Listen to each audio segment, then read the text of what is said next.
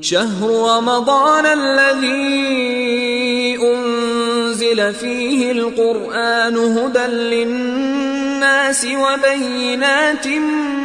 من الهدى والفرقان اعوذ باللہ من الشیطان اللعین الرجیم بسم اللہ الرحمن الرحیم الحمد للہ وکفا وسلام علی عبادہ الذین اصطفیٰ محمد وعطرتہ الطاہرہ واللعنۃ الدائمۃ علی اہلہا اما بعد۔ عزیزان محترم، ماہ رمضان المبارک کی روزانہ کی دعاؤں کی مختصر تشریح آپ کی خدمت میں پیش کی جا رہی ہے۔ 27ویں دن کی دعا جو امام معصوم علیہ السلام نے تعلیم فرمائی وہ یوں ہیں، اس کے الفاظ کہ اللہم ارزقنی فیہ فضل لیلۃ القدر، کہ اے پروردگار آج کے دن مجھے لیلۃ القدر کی فضیلت نصیب فرما، وَسَيِّرْ اموری فیہ من العسر الی اليسر، اور میرے امور کو اور میرے افیئرز کو عسر سے یسر کی طرف لیا، یعنی مشکل سے آسان کی طرف لیا۔ وَقْبِلْ مَعَاذِيرِي، اور میری عذر کو جو میں نے پیش کیے ہیں، جو عذر میں نے پیش کیے ہیں تیری بارگاہ میں، ان عذر کو، ان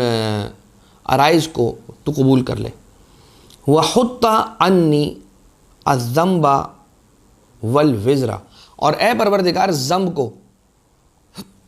اور میرے اوپر موجود جو گناہوں کا بوجھ ہے اس کو اٹھا لے، اس کو کم کر لے۔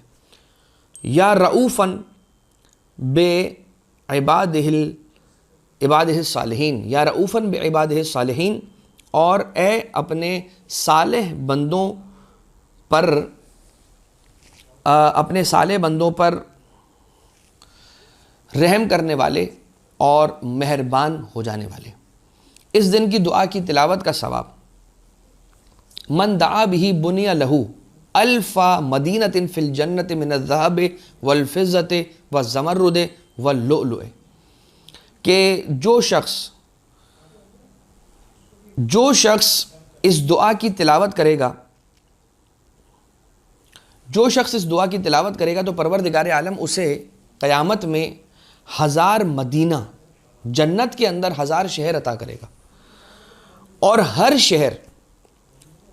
گولڈ، سلور، گرین ایمرلڈ اور پرل کے بنے ہوئے ہوں گے۔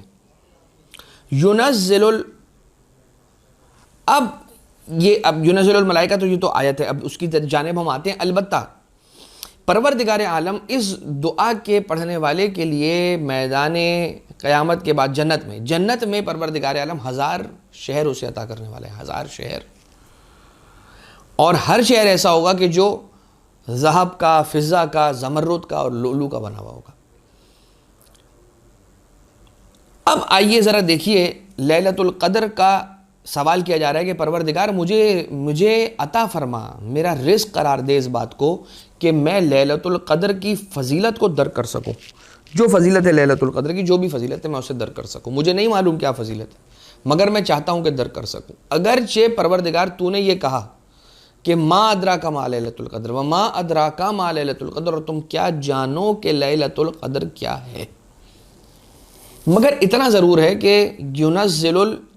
تنزل الملائکۃ والروح فیہا، اس کے اندر ملائکہ کا نزول ہوتا ہے۔ اور سورۃ النحل کی پہلی آیت کہ بسم اللہ الرحمن الرحیم اتی امر اللہ فلا تستعجلوا سبحانہ وتعالی عما یشرکون ینزل الملائکۃ بالروح من امرہ علی من یشاء من عبادہ ان انذروا انہ لا الہ الا انا فاتقون، کہ پروردگار عالم وہ ہے کہ جو، ایک تو یہ ہے کہ اتی امر اللہ کا امر آ گیا، اس میں جلد بازی نہ کرو، فلا تستعجلوا سبحانہ وتعالی عما یشرکون، پروردگار عالم وہ ہے کہ جو پاک بھی ہے، پاکیزہ بھی ہے، بلند و برتر بھی ہے، ہر طرح کے شرک سے جو تم انجام دیتے ہو اس سے اللہ پاک ہے۔ تم کتنا ہی شرک کرو، تم کتنی مخالفت کرو، پروردگار عالم کی جلالت و عظمت میں، کبریائی میں تم کوئی کمی واقع نہیں کر سکتے، پیدا نہیں کر سکتے کمی۔ یہ وہ ہے کہ ینزل الملائکۃ، اللہ وہ ہے کہ جو اپنے ملائکہ کو نازل کرتا ہے، ینزل الملائکۃ بالروح من امرہ علی من یشاء من عبادہ، اللہ اپنے ملائکہ کو نازل کرتا ہے زمین پر، زمین پر کہاں نازل کرتا ہے؟ ڈامر پہ نازل کرتا ہے، روڈ پہ نازل کرتا ہے،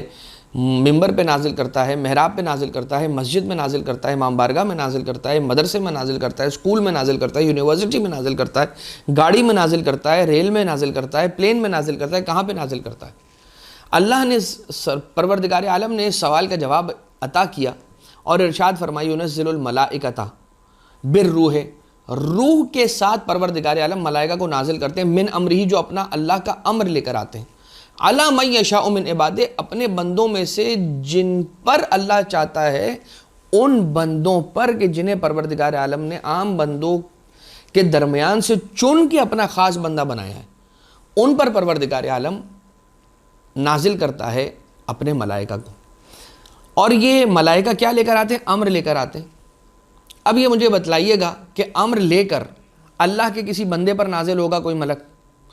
اور یہ جو امر لے کر آ رہا ہے کس پر لے کر آئے گا؟ وہ بندہ کون ہوگا؟ اللہ اپنے ملائکہ کو امر دے کر بھیج رہا ہے زمین پر کسی بندے کے پاس، اپنے کسی خاص بندے کے پاس۔ تو اب مجھے کہنے کی اجازت دیجئے کہ وہ اللہ کہ جو اپنے ملائکہ میں سے کچھ ملائکہ کو امر دے کر زمین پر اپنے بندوں کے پاس بھیج رہا ہے، یہ بندہ وہی ہوگا کہ جو امر قبول کرنے کے قابل ہوگا۔ اللہ امر دے کے ملائکہ کو زمین پر کس کے پاس بھیجتا ہے؟ صاحب الامر کے پاس بھیجتا ہے۔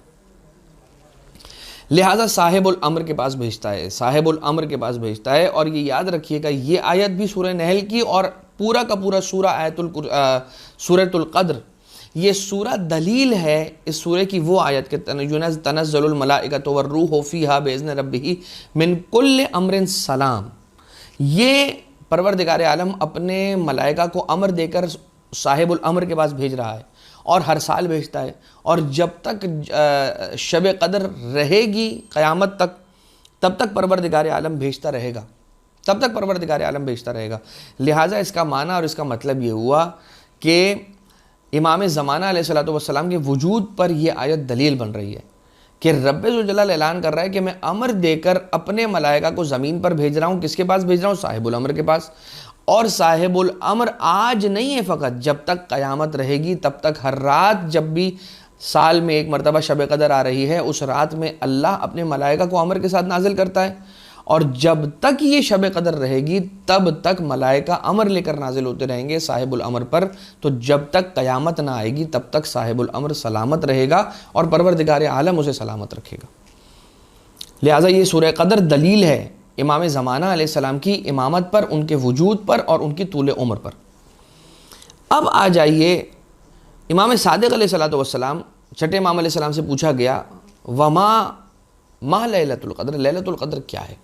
ما ادراک ما لیلۃ القدر، اور تم کیا جانو کہ لیلۃ القدر کیا ہے؟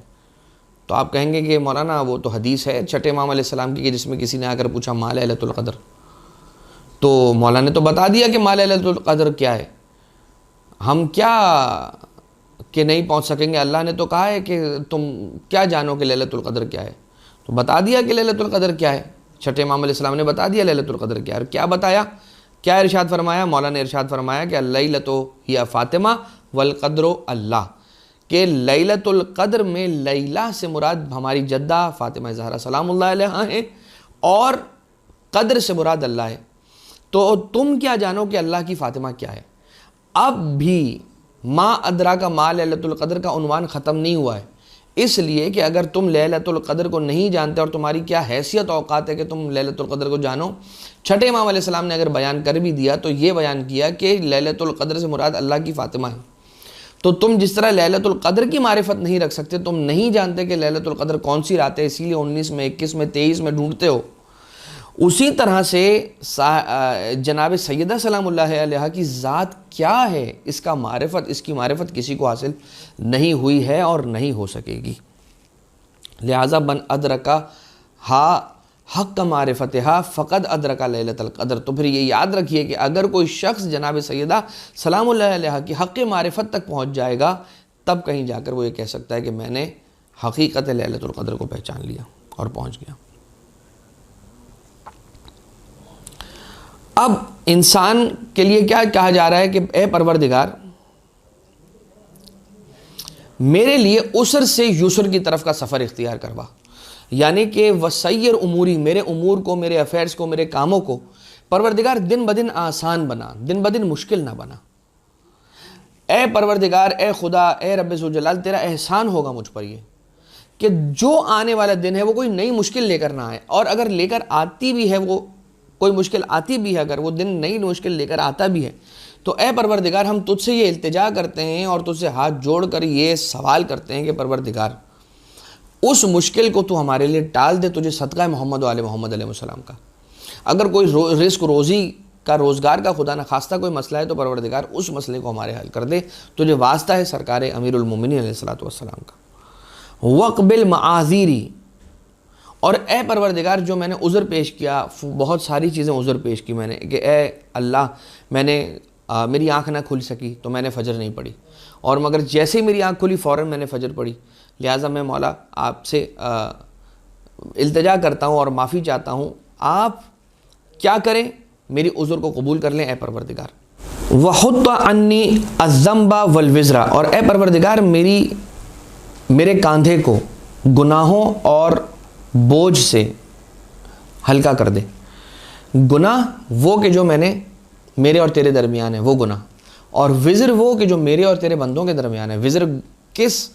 وزن کو کہا جاتا ہے؟ وزر اس وزن کو کہا جاتا ہے کہ جو میرے اور لوگوں کے درمیان ہے، میں نے کسی کا مال کھا لیا، کسی کا حق ضائع کر دیا، کسی کا کچھ ضائع کروا دیا، کسی کا کچھ تلف کروا دیا، تو وہ دونوں طرح کے میرے حقوق جو میں نے ضائع کیے، حقوق اللہ ضائع کیے، حقوق نہ ضائع کیے، وہ دونوں ہی پروردگار اس کے وزن سے مجھے رہائی عنایت فرما اور ہلکا فرما۔ یا رؤوفاً بعبادہ الصالحین، اے وہ کہ جو اپنے صالح بندوں پر مہربانی کرنے والا ہے۔ لہٰذا اے مہربان کہ تو نے جیسے تو مہربان ہے، ویسے ہی تو نے ہمیں مہربان امام ائمہ اطہار علیہ السلام بھی عطا کیے، اور تجھے صدقہ سرکار مولا علی ابن موسیٰ الرضا علیہ آلاف التحیت والثناء کہ جو مولا امام الرؤوف علیہ السلام ہے، آپ کے القاب میں سے ایک لقب ہے، السلام علیکہ ایہا الامام الرؤوف، آپ کا یہ لقب ہے۔ تو پروردگارہ تجھے واسطہ مولا رضا علیہ السلام کا ہمارے گناہان کبیرہ و صغیرہ سے درگزر فرما، ہماری روزے کی عبادتوں کو قبول فرما، اور ہمیں غم اہل بیت اطہار علیہ السلام کو بہتر انداز سے منانے کی توفیق عنایت فرما، صاحب الامر علیہ السلام کے ظہور میں تعجیل فرما، ہمیں مولا کے اصحاب میں شمار فرما۔ ربنا تقبل منا انکا انت السمیع العلیم، بجاہ محمد و آلہ الطیبین الطاہرین۔